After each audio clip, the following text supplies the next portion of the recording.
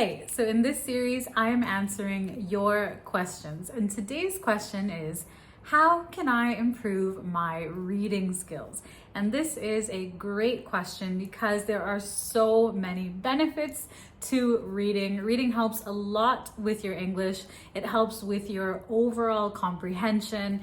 It's very helpful to learn new words, new vocabulary, new expressions, and it helps you understand how grammatical structures are actually used. The list goes on, but reading has lots of benefits, as you can see. Now, whether you like to read or you don't like to read, today I'm going to go through tips that will help you improve your reading skills. So let's get started. Okay, so my very first tip is to choose the right things to read. It's very important that you are reading content that you actually like, that you care about, or that you need, okay? If you spend time reading things that you hate, that you find boring, that you don't need, that you don't care about, reading will become unpleasant. Reading will become a chore and become torturous. So it's very, very important to choose the right material first of all. And if you're someone who doesn't particularly enjoy reading, even in your own language, what you can do is read things that you need. So for example, let's say you are looking up a recipe and you would normally go to YouTube and search for a video of the recipe. You can search for the recipe in text format. There's so many food blogs that contain recipes, and since you were planning on looking at this information anyway, you might as well just read it. Another thing you can do is reread something that you have read in your own language in English. So if you have read a book or an article in your language, just reread it in English, because this will help you since you already have an idea of what the text is about. Another key thing when it comes to choosing the right reading materials, I always recommend choosing something that is short enough for you to finish. So I recommend blogs, magazine articles, newspaper articles, basically any shorter text that you can finish and reread if you have to. This is because a lot of times when people want to work on their English or work on their reading, they go out, they buy a book, the book is long, they start it, they put it down, they never end up finishing it. I've seen this time and time again. So especially if you are someone who doesn't love reading, try to pick something that is shorter, and that way you can finish it. So first of all, choose your reading material carefully. My third tip is to use an electronic reader like a Kindle. And the reason for this is, first of all, it's very convenient.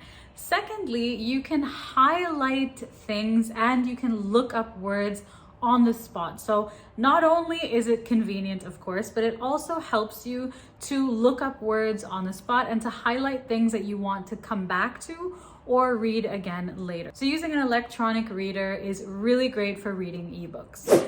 Tip number 4 is to focus more on the overall meaning of what you are reading. And if you come across words and phrases that you don't know, I recommend not stopping to translate. Instead, keep on reading. Just underline or circle or highlight the words and phrases that you don't understand, but do not focus on those. Come back later, okay? Instead, focus on the overall meaning of what you are reading. Just try to get the main points, the main ideas, okay? The reason for this is, if you stop and translate and look up every single new thing, you are constantly interrupting your brain, you're interrupting your train of thought. And this means you read a little, you don't understand, you translate, your brain is interrupted from the content, from understanding what you're actually reading. Then you have to go back, you have to reread, and first of all, it takes much longer, but it also interrupts your train of thought, it interrupts your brain, and it's not great. So instead, highlight, circle, or underline new things. Once you are finished reading a chapter, a section, or the whole article, then come back, reread, and look up anything that you need to. Tip number 5 is try using audiobooks. Audiobooks are great because they help you with pronunciation, first of all, and you have some different options of how you can use audiobooks. With audiobooks, you're basically listening to someone else read a book. So if you are someone who likes reading and you like novels and you like stories, but maybe you're intimidated, maybe you find them a little bit difficult, audiobooks are a really, really nice option. So what you can do is listen, just listen to a little bit at a time. And it's convenient because you can listen while you are driving or doing other things, if you can focus, of course. So you can listen, or you can read the physical book and listen at the same time, or you can listen first and then read, or you can read first and then listen. So there's lots of different options with audiobooks, and again, a great way to improve your pronunciation. You can also do the shadowing technique with audiobooks. So you listen to the speaker and you repeat to practice your pronunciation and your intonation. And tip number 6 is to make time to read.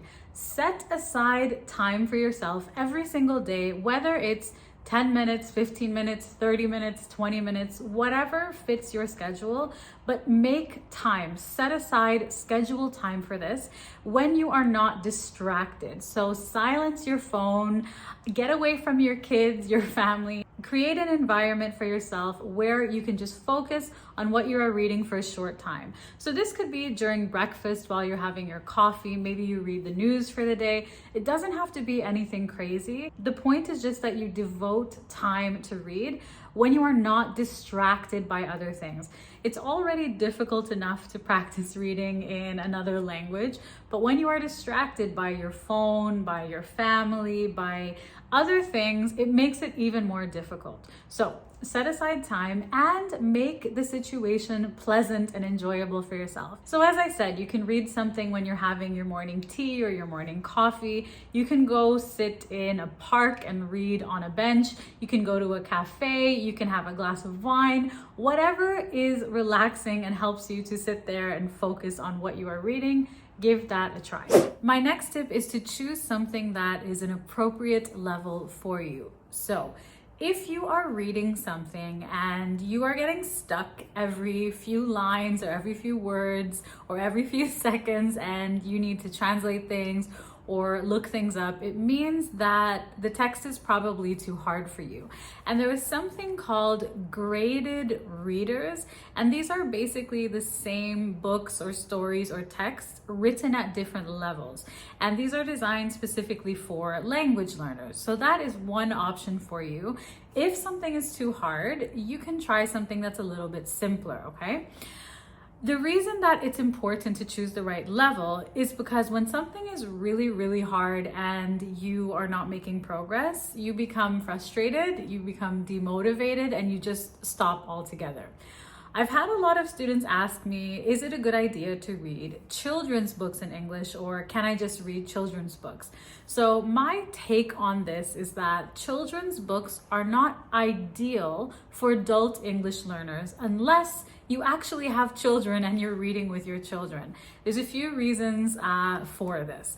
So if you are an adult and you're just reading children's books, although it's helpful maybe for word recognition and basic pronunciation, chances are that you won't be able to actually use as much of the content or information or vocabulary that you're learning. So if you were to read an article about a topic that you like or a blog post about a topic you like, you can also use what you're reading about, use what you're learning to have conversations with people. So I'm not saying never to read children's books. I think that if you have kids and your kids are learning English in school and they're reading books, it's a fantastic way for you to connect with them, to practice, and to support them with their English, right? So I think that's great. But if you don't have kids, then I would recommend sticking to topics that you like, topics you're interested in, topics related to your work, and so on, instead of children's books. And you can always try out graded readers as well. So this is my advice to improve your reading skills in English. And if you don't know where to start, you can start with my free ebook, English Conversations Made Simple. I've written this to help you level up your English conversation skills and communicate with other people more naturally. So this is free. You can get it by clicking the link below this lesson. If you have any questions, as always, drop them in the comments for me. Or if you have another question that you would like me to answer, of course, leave it down below. And if you have any other suggestions of how you personally improve your reading skills in English, please do share those with us as well. So thanks so much for this question. Thank you for watching, for learning, and for spending time with me today. And I'll see you soon in the next one.